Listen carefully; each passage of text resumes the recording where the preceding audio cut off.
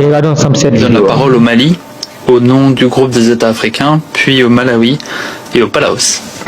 Merci Madame la Présidente. J'adresse une chaleureuse bienvenue au Président Macky Sall. Monsieur le Président, je vous remercie pour la présentation de votre vision stratégique pour le poste de secrétaire général. Au nom du groupe africain, je souhaite poser les questions spécifiques suivantes. Sur la paix et la sécurité, l'absence de l'Afrique, de la catégorie des membres permanents du Conseil de sécurité, traduit une injustice historique qui doit être réparée. Cette situation interroge sur la légitimité des décisions de cet organe principal de la Charte sur les questions essentielles concernant notre continent. Quelle est votre appréciation de la position africaine commune sur la réforme du Conseil de sécurité et comment comptez-vous utiliser l'autorité et l'influence du bureau du secrétaire général pour faire avancer les négociations intergouvernementales sur cette question? Ensuite, nous avons la résolution 2719 du Conseil de sécurité qui a créé un cadre permettant aux opérations d'appui à la paix dirigées par l'Union africaine de bénéficier des contributions statutaires des Nations unies pour la mise en œuvre de cette résolution importante. Cependant, la mise en œuvre de cette résolution reste dans une impasse. Quelle est votre approche de la troisième revue annuelle et comment comptez-vous prendre en charge cette absence continue de volonté politique? Sur la question du développement, comme vous le savez, Monsieur le Président, le développement devient une priorité de premier rang pour l'Afrique. Quel lien faites-vous entre les agendas 2030, 2063, le pacte pour l'avenir, ONU 80, le partenariat entre l'Union africaine et les Nations unies, et que comptez-vous faire pour assurer le soutien continu des Nations unies au cadre de développement défini et adopté par l'Afrique? Quelles actions concrètes comptez-vous poser pour faire avancer la réforme des institutions financières internationales, y compris l'amélioration de la représentation de l'Afrique au sein de ces institutions, sans oublier, vous venez de le dire, les agences de notation et les systèmes biaisés d'évaluation s'agissant de l'Afrique? Comment comptez-vous assurer que les mécanismes de financement du climat, notamment les fonds pertes et dommages, soient accessibles aux pays africains et convenablement financés? Quel programme du secrétaire général actuel pour l'Afrique allez-vous maintenir et renforcer? Je vous remercie. Je remercie le représentant du Mali qui s'est exprimé au nom du groupe des États africains. Je vous donne la parole. Le représentant du Mali, je voudrais vous dire toute la solidarité que j'ai pour le peuple malien et les peuples du Sahel qui en ce moment fait face aux conséquences du terrorisme international.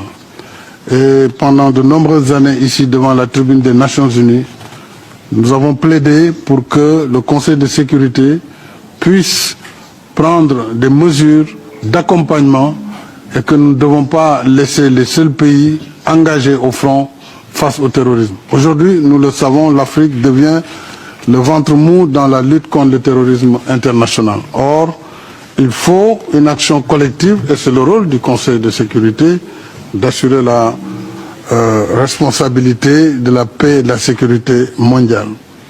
Je voudrais, profitant de votre question, rendre un hommage aux casques bleus tombés au champ d'honneur. Depuis la création, c'est plus de 4000 membres des casques bleus qui sont morts au front. Aujourd'hui encore, on a eu des décès. Nous savons que ces missions sont délicates, sont difficiles. Souvent, les moyens ne suivent pas la nature des conflits, évidemment, mais nous devons saluer le rôle de l'ONU depuis 1948, où la première mission qui était l'ONU-ST, l'organisme des Nations Unies, chargé à l'époque de la surveillance de la trêve, jusqu'à nos jours, l'ONU est présente sur le théâtre des opérations à travers le monde et dans tous les continents. Nous avons en Afrique 5 missions présentement qui sont sur le terrain, mais également en Asie et Pacifique, une mission, en Europe et en Asie centrale, 2 missions, au Moyen-Orient, 3 missions. Tout cela montre l'importance que nous devons accorder à cette maintien de la paix. Il faut accentuer la prévention des conflits et il faut surtout assurer une meilleure coordination entre l'ONU et les organisations régionales. Et vous avez bien fait de citer la résolution 2719 qui définit un cadre, et je pense que c'est une bonne approche de ce que l'ONU doit faire. C'est-à-dire s'appuyer principalement sur les organisations régionales. Avec l'Union africaine pour ce qui nous concerne, ce qui concerne l'Union africaine, avec l'Union européenne, avec les autres organisations régionales, cela permettrait d'être plus efficace sur le terrain et parfois même de dépenser moins.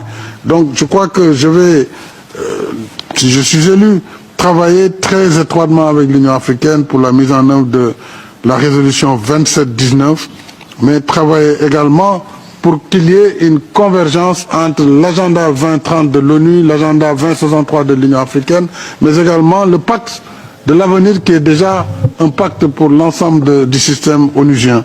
Et enfin, nous travaillerons sur le financement du climat qui reste un défi. Parce que depuis l'accord de Paris, vous savez qu'il y a eu des efforts à un moment donné et il y a un reflux. Ce reflux, aujourd'hui, se constate sur la baisse des financements climatiques. Les pays ont défini ce qu'on a appelé le JETP, Just Energy Transition Partnership. Et ça, c'était une manière de contourner l'absence de financement concessionnel et que chaque pays membre qui était un pays engagé pour l'adaptation devrait revoir un peu ses engagements nationaux et serait accompagné pour le financement de l'action climatique. Je pense que ces JETP doivent pouvoir se poursuivre. Je veillerai à ce que les pays engagés dans cette voie aillent pour une transition climatique qui soit juste et équitable. Je vous remercie, madame.